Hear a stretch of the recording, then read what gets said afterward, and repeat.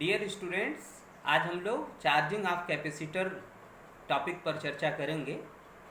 इसमें हम लोग एक कैपेसिटर जिसकी कैपेसिटी C है उसको एक रेजिस्टेंस R के सीरीज क्रम में कनेक्ट कर देते हैं और फिर इसको एक टू वे की से EMF सोर्स यानी एक बैटरी से कनेक्ट करते हैं।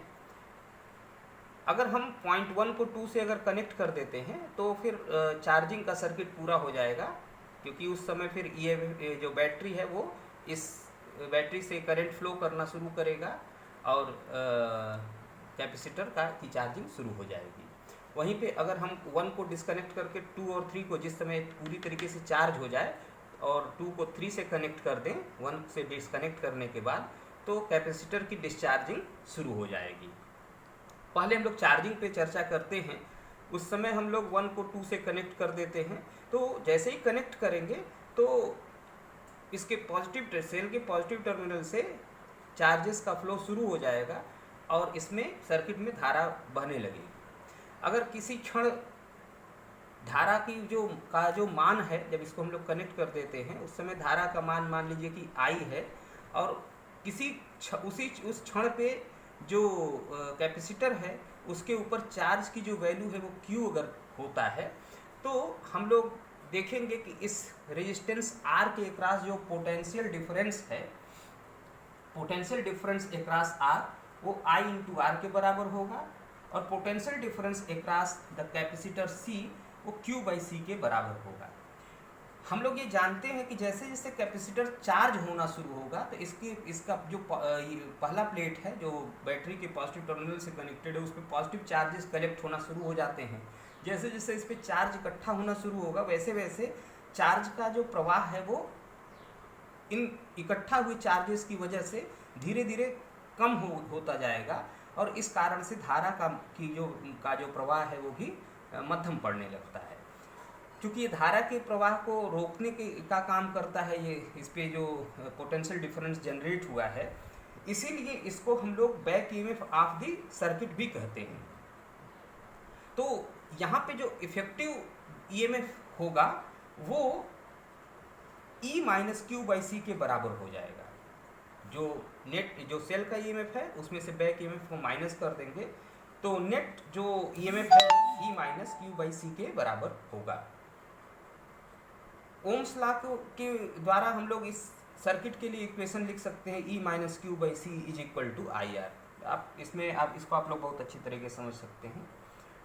अब अगर हम लोग धारा की बात करें तो उस समय धारा का जो मान है वो चार्ज किस रेट से प्रवाहित होकर के जा रहा है उसके बराबर होता है। इसलिए हम लोग I को dQ/dt के बराबर लिख सकते हैं।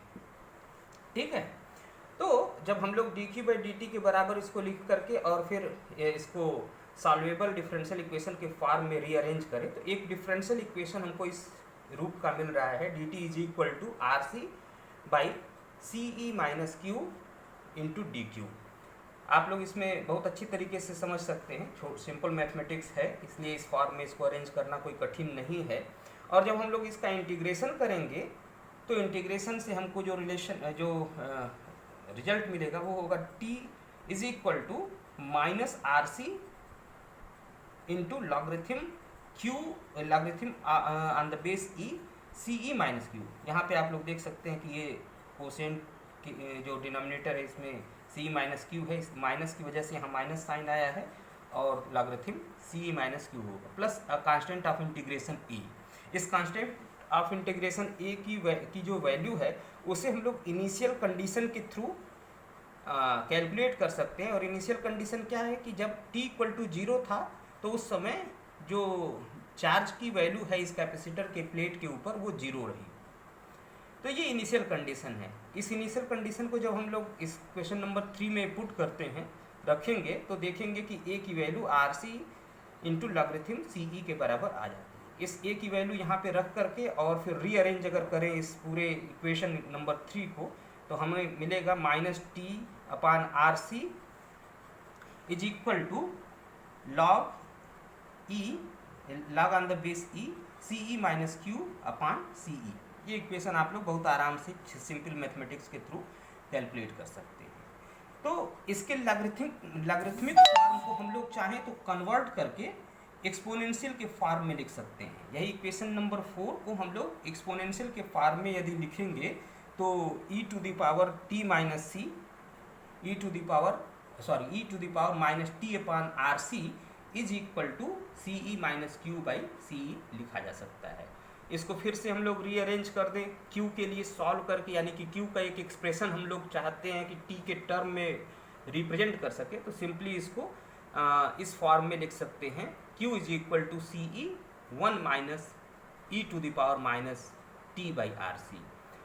इसमें कुछ रिप्लेसमेंट दे करके, जैसे C E is equal to Q zero और आर सी को हम लोग टाउ से अगर रिप्रेजेंट कर दें तो इस एक्सप्रेशन को हम लोग इस रूप में लिख सकते हैं, Q is equal to Q zero 1 minus E to the power minus T upon tau, जहाँ पे क्यू ज़ीरो जो है वो इस कैपेसिटर के चार्ज होने पर जो मैक्सिमम चार्ज की वैल्यू हो सकती है वो यहाँ पे मिले। क्योंकि होगा क्या कि जिस समय इस पे धारा का जब पूरी तरीके से चार्ज हो जाएगा तो करंट का फ्लो यहाँ पे रुक जाएगा और उस समय जितना पोटेंशियल डिफरेंस इसके क्रॉस होगा, पोटेंशियल डिफरेंस होगा कितना कि ये हो जाएगा क्यू जीरो बाई सी के बराबर उस समय पोटेंशियल डिफरेंस होगा, जो कि ये अप्लाइड ईएमएफ के बराबर होगा। इसलिए क्यू जीरो को हम लोग सी ई के बराबर लिख रहे हैं यहाँ पे,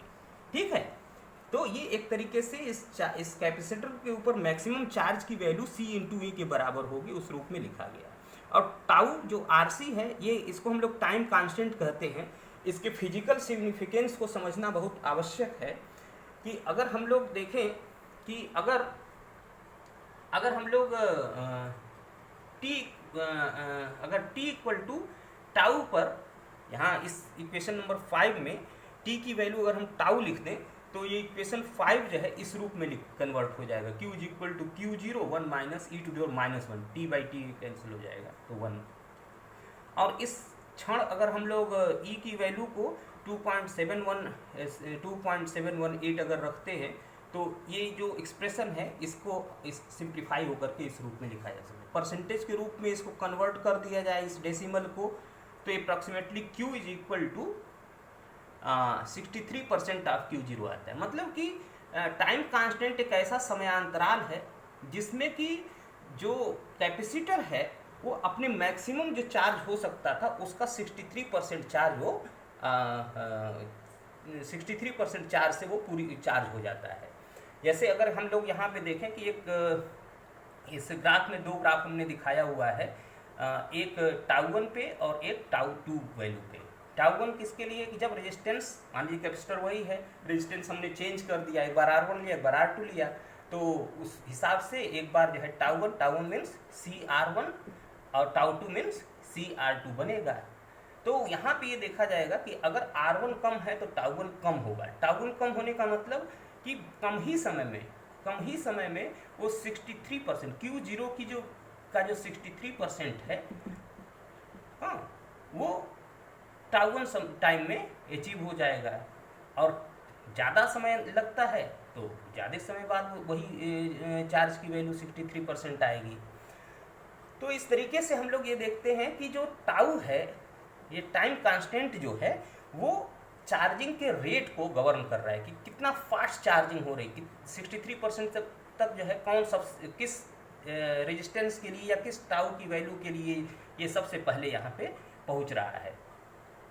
ओके, हम लोग अगर रेट ऑफ चार्जिंग कैलकुलेट करें तो इस इक्वेशन नंबर 5 को t के रिस्पेक्ट में आप डिफ्रेंशिएट कर दीजिए तो rate of charging dq by dt मिल जाएगा। dq बाई dt कुछ नहीं बल्कि उसमें कितना धारा प्रवाहित हो रहा है उसकी वैल्यू है।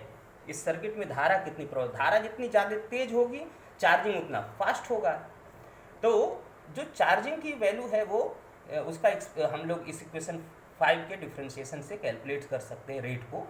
और वहाँ पे ये देखा जाएगा कि ये टाउ के इन्वर्स प्रोपोर्शनलिटी में आ रहा है।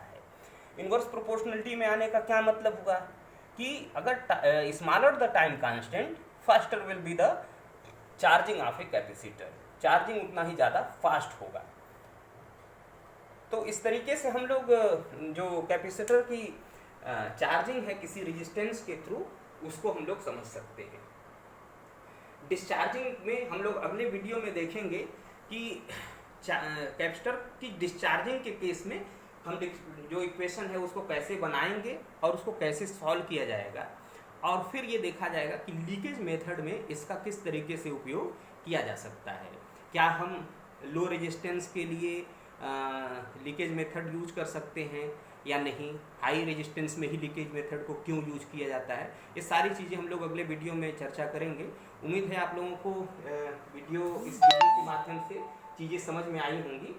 आप लोग इस वीडियो को देखिए और नोट्स बनाइए और अपने फ्रेंड्स के साथ इसको शेयर भी करिए। धन्यवाद।